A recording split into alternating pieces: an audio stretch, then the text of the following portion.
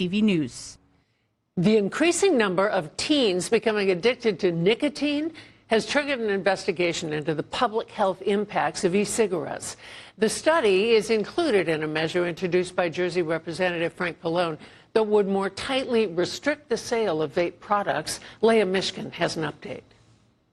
It's trying not to make the kids become the target. Congressman Frank Pallone unveiled new legislation to address the youth e-cigarette crisis in the country. The Reversing the Youth Tobacco Epidemic Act of 2019 includes raising the minimum age to buy tobacco products from 18 to 21, prohibiting the sale of flavored tobacco products, banning the marketing of e-cigarettes to young people, and prohibiting online sales of tobacco products. Dorian Furman with the national grassroots organization Parents Against Vaping E-Cigarettes says children are being lured by the flavors and getting addicted to the nicotine. There has been a 135% increase in high school kids vaping in 2 years alone. You can't tell me that with flavors like watermelon, mint, cotton candy, strawberry milk, gummy bear, and even zombie blood, that these companies are not willfully and purposely targeting kids like me and my friends. But Boston University professor Michael Siegel says a ban on e-cigarette flavors will have a negative impact on ex-smokers.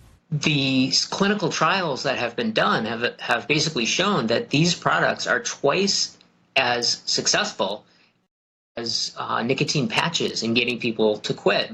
These 2.5 million ex-smokers who've quit using e-cigarettes are basically going to be forced back to smoking. He suggests regulating the nicotine content as a way to keep the products available to adults while reducing youth use. Let's face it, it's not the flavors that make these products addictive, it's the nicotine. According to the Centers for Disease Control and Prevention, 33 people have died and more than 1,450 cases of vaping-related lung injuries have been reported. In New Jersey, we have 20 confirmed cases, 1 death, and 35 reports under investigation.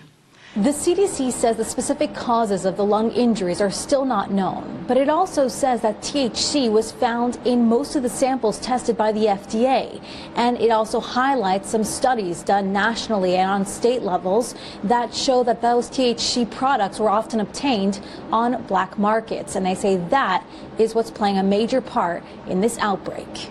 We still would like to have more information about the health impacts. The congressman says in addition to introducing the bill, he sent letters to top e-cigarette companies requesting research they've done to help clarify the public health impacts of the products. In Perth Amboy, Leah Mishkin, NJTV.